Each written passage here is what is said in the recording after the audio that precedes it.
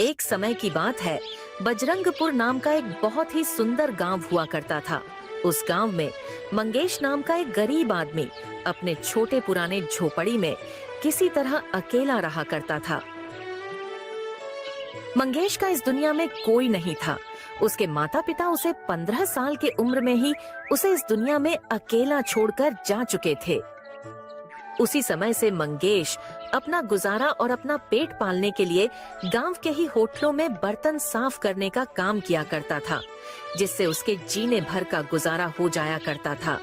इतना ही नहीं, मंगेश अपनी थोड़ी बहुत आमदनी बढ़ाने के लिए अपने छोटे से बारी में थोड़े बहुत सब्जी उगाता और शाम को बाजार जाकर बेच दिया करता था।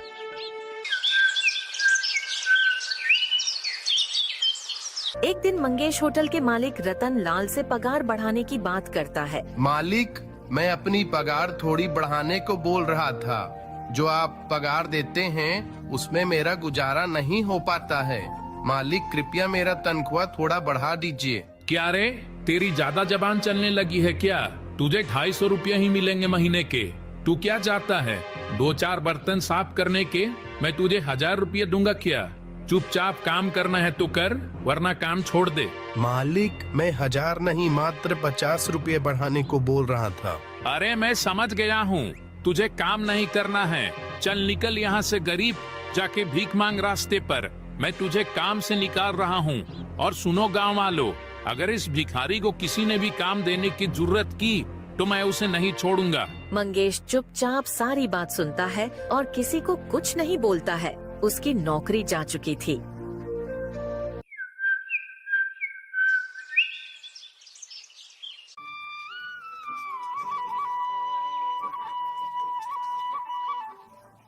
अरे रवि भाई, मुझे 1 किलो चावल दे दो। देखो मंगेश भाई, मैं तुमको कल से कोई भी सामान नहीं दे पाऊंगा, क्योंकि मेरे दुकान पर तुम्हारा उधार बहुत हो गया है। अब मैं इससे ज्यादा और कर्ज नहीं चढ़ा सकता। मेरी भी तो मजबूरी है, मेरे भी बाल बच्चे हैं, मेरा परिवार है।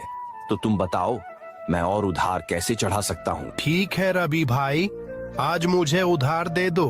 कल से मैं उधार लेने नहीं आऊंगा। रवि मंगेश को 1 किलो चावल दे देता है। मंगेश चावल लेकर अपने घर चला जाता है।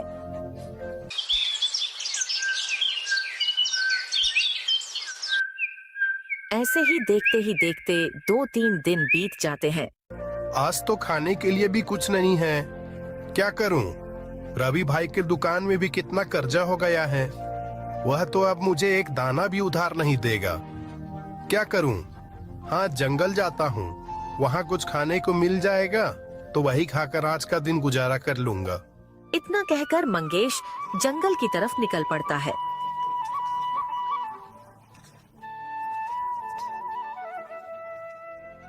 मंगेश पूरा जंगल घूम लेता है, लेकिन उसे जंगल में एक भी फल फूल नहीं मिलता है। फिर मंगेश भूखा प्यासा परेशान होकर एक पेड़ के नीचे बैठ जाता है। हे भगवान, अब मैं क्या करूं? मुझे कुछ भी खाने के लिए नहीं मिल रहा है और मेरे पास कुछ काम भी नहीं है। अब मैं क्या करूं भगवान, आप ही बताओ। तभी मंगेश की नजर एक खरगोश पर जाती है। वह देखता है कि खरगोश अपने जादू के गोले से फल प्रकट करता है। अरे बस इतना सा फल? नहीं नहीं, मुझे और फल चाहिए। मेरा पेट इतना में नहीं भरेगा, मुझे और फल चाहिए। खरगोश अपने जादू के गोले से फिर जादू करता है और इस बार ढेर सारे फल प्रकट हो जाते हैं। मंगेश यह सब दृश्य बैठे बैठे देख रहा होता है। अरे, यह मैं क्या देख रहा हूँ? खरगोश जादू कर सकता है? अरे नहीं भाई, मैंने तो कभी ऐसा नहीं देखा। यह खरगोश तो जादू से फल प्रकट कर रहा है। इतना ही नहीं, यह खरगोश तो बोलता भी है। ये कैसा खरगोश है भाई? मंगेश बेटा, भाग ले यहाँ से। अगर यह खरगोश कोई शैतानी खरगोश हुआ तो तुझ पर भी अपना जादू कर देगा। अभी उसका ध्यान फल पर है। भाग ले बेटा, भाग ले, यही समय है तेरे पास। ये सोचकर मंगेश वहाँ से जैसे ही भागने के लिए खड़ा होता है, वैसे ही खरगोश उसे बोलता है, रुको, हिलना मत अपने जगह से। मैंने कुछ नहीं देखा, मैंने कुछ नहीं देखा। मैं जा रहा हूँ यहाँ से। मुझे कुछ मत करना, मैं किसी को कुछ नहीं बोलूंगा। अरे नहीं नहीं, डरो मत, मैं तुम्हारे साथ कुछ नहीं करूंगा। मैं जादुई खरगोश हूँ, लेकिन तुम इस वीरान घने जंगल में अकेले क्या कर रहे हो? मेरे पास घर में खाने के लिए कुछ भी नहीं बचा है, ना ही मेरे पास पैसे हैं और गांव में भी मुझे कुछ काम नहीं मिल रहा था।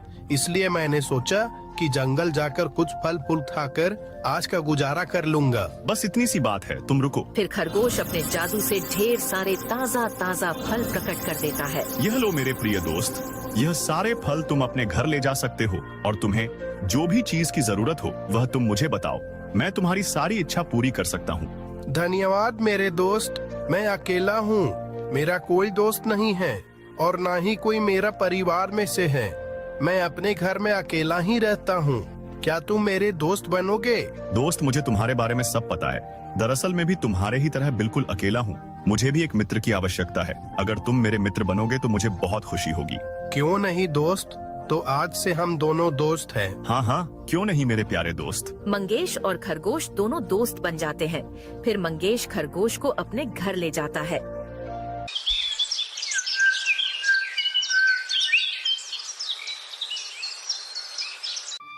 मेरे नन्हे मित्र, मुझे माफ करना, मेरे पास तुम्हें खिलाने के लिए कुछ भी नहीं बचा है, क्योंकि मेरे पास एक भी पैसे नहीं बचे हैं, ना ही मेरे पास कुछ खाने को बचा है। अरे तुम चिंता क्यों करते हो मित्र, मेरे पास खाने की कोई कमी नहीं है, बस तुम देखते जाओ। तभी वह खरगोश अपने गोले से जादू करता है और ढेर सारे स्वादिष्ट भोजन प्रकट हो जाते हैं। वाह मित्र, तुमने तो कमाल ही कर दिया। बहुत दिनों के बाद मैं तुम्हारे वजह से अच्छा खाना खा पाऊंगा। ये तो मेरा दोस्त होने का कर्ज है। तुम बस मुझे जो चाहिए वो बता देना। तुम्हें खाने में क्या क्या पसंद है, मैं तुम्हारे लिए वही ला दूंगा। फिर मंगेश भरपेट खाना खा लेता है।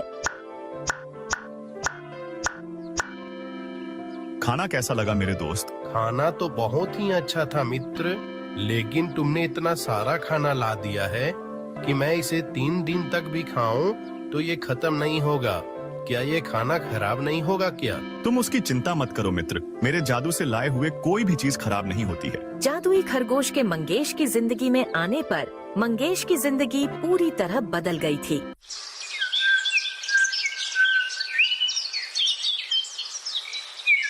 धीरे धीरे मंगेश जादुई खरगोश के मदद से बहुत अमीर हो जाता है। मंगेश एक नया बंगला खरीद लेता है।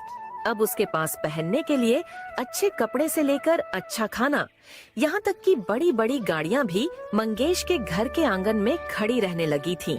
इसी बीच मंगेश अपना एक व्यापार भी शुरू कर लेता है और दुकान में जब भी कोई भी चीज की कमी होती तो खरगोश अपने जादू से उसे पूरा कर देता।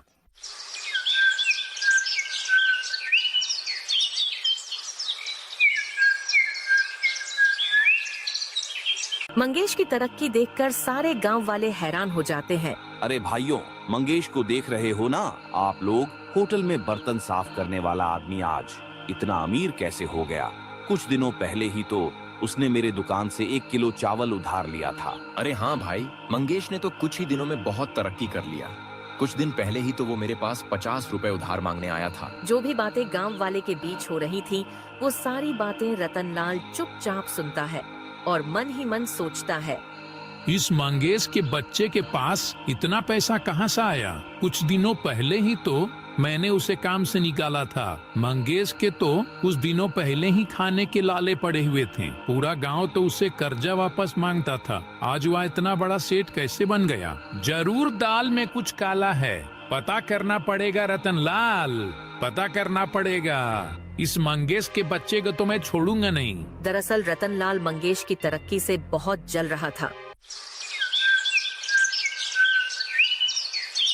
अगले दिन रतनलाल चुपचाप मंगेश के बंगले की खिड़की से झांककर सारी बातें सुनने लगता है। मेरे मित्र, ये लो तुम्हारा पसंदीदा खाना। अरे मेरे मित्र, यह तो मेरा पसंदीदा लड्डू है। हाँ मित्र, तुमने मेरी सारी इच्छा पूरी की है और वक्त आ गया है कि मैं भी तुम्हारी इच्छा पूरी करूं। मैं तुम्हारी तरह जादू तो नहीं कर सकता, लेकिन ऐसे तो जरूर तुम्हारी इच्छा पूरी कर सकता हूँ। तुमने मेरे लिए जितना किया है उतना ही काफी है मेरे दोस्त। खरगोश को बोलता देख रतनलाल हैरान हो जाता है और साथ ही साथ दोनों की पूरी बात साफ साफ सुन लेता है। अच्छा, तो ये बात है। ये सब करामत इस बोलने वाले जादुई खरगोश का देन है। इसी चिरकुट की वजह से आज मंगेश माला माल होता जा रहा है।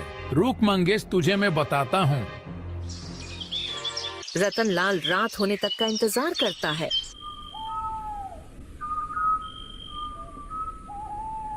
रात को खरगोश और मंगेश अपने बिस्तर पर सो रहे होते हैं। तभी रतनलाल चुपके से उसके घर में घुस जाता है और खरगोश को अपने साथ अपने घर ले जाता है।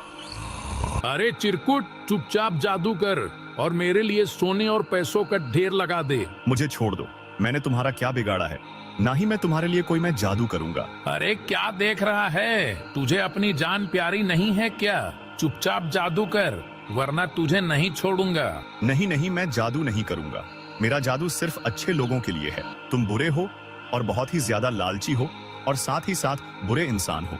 तुम किसी प्राणी की जान लेने के बारे में कैसे सोच सकते हो? तू अपना बकवास बंद कर चिरकुट और चुपचाप जादू कर। रतनलाल के कई बार बोलने पर भी खरगोश नहीं मानता है, इसलिए रतनलाल खरगोश को मार देता है। तू मेरे लिए जादू नहीं कर रहा था ना? मैं देखता हूँ तू मंगेश के लिए कैसे जादू करता है। उधर जब सुबह हुई तो मंगेश खरगोश को अपने पास न देखकर बहुत ही ज्यादा परेशान हो जाता है और खरगोश को पूरे घर में ढूंढने लगता है। अरे मित्र, कहाँ हो तुम? कहाँ हो तुम? किधर हो? मेरे पास आ जाओ। कहाँ हो तुम? तुम मेरे साथ मजाक कर रहे हो तो आ जाओ मेरे पास। मैं हार गया हूँ तुमसे। कहाँ हो? कहाँ हो मेरे मित्र? जल्दी आ जाओ मेरे पास। कहाँ हो? कहाँ हो मेरे मित्र? लेकिन उसे कहीं से भी कोई उत्तर नहीं मिलता है। यहाँ तक कि मंगेश उसे पूरे बंगले में ढूंढता है, लेकिन उसे खरगोश का कहीं से भी कुछ पता नहीं चलता है। मंगेश बहुत ही ज्यादा परेशान और दुखी हो जाता है और वह निर्णय करता है कि खरगोश को ढूंढने वह उसी घने जंगल में जाएगा जहाँ से वह उसे लाया था। यह सोचकर वह उसी रास्ते से घने जंगल की ओर जंगल जाने लगता है और कुछ समय बाद उसी जगह पहुँच जाता है। अरे मेरे मित्र, कहाँ हो? मेरे पास आ जाओ। कहाँ हो मेरे मित्र? सारी की सारी मेरी ही गलती है। मैंने तुम्हारा ध्यान नहीं रखा। तुम मुझे कहाँ छोड़कर चले गए? आ जाओ मेरे मित्र, मेरे पास आ जाओ। मंगेश खुद से बातें कर ही रहा होता है कि तभी वहाँ पर एक बाबा जादू से प्रकट होते हैं और मंगेश से कहते हैं, तुम कौन हो वत्स? और इस घने वीरान जंगल के बीच में किसे ढूंढ रहे हो? आप कौन हो? मैं तो अपने मित्र को ढूंढ रहा हूँ। बेटा, मैं तुम्हारी परीक्षा ले रहा था। मैं जानता हूँ तुम इस जंगल में क्या करने आए हो। तुम अपने दोस्त खरगोश को खोज रहे हो ना? हाँ बाबा, हाँ, आप सही बोल रहे हो।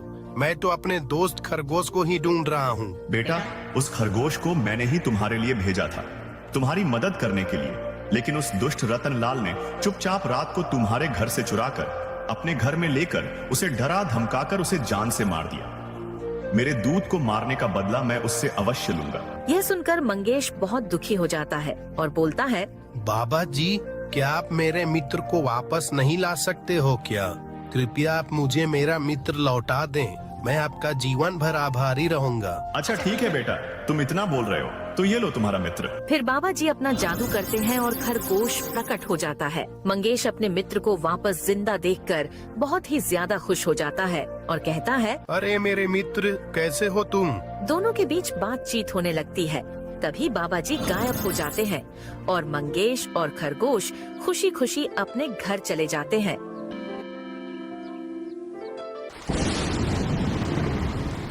ऐसे ही महीनों गुजर जाते हैं और बारिश का मौसम आ जाता है। एक दिन रतनलाल भारी वर्षा में कुछ काम से बाजार की ओर छाता लेकर जा रहा होता है। तभी एक जोरों की गर्जन के साथ उसकी गिरती है और उसकी वहीं पर अकाल मृत्यु हो जाती है।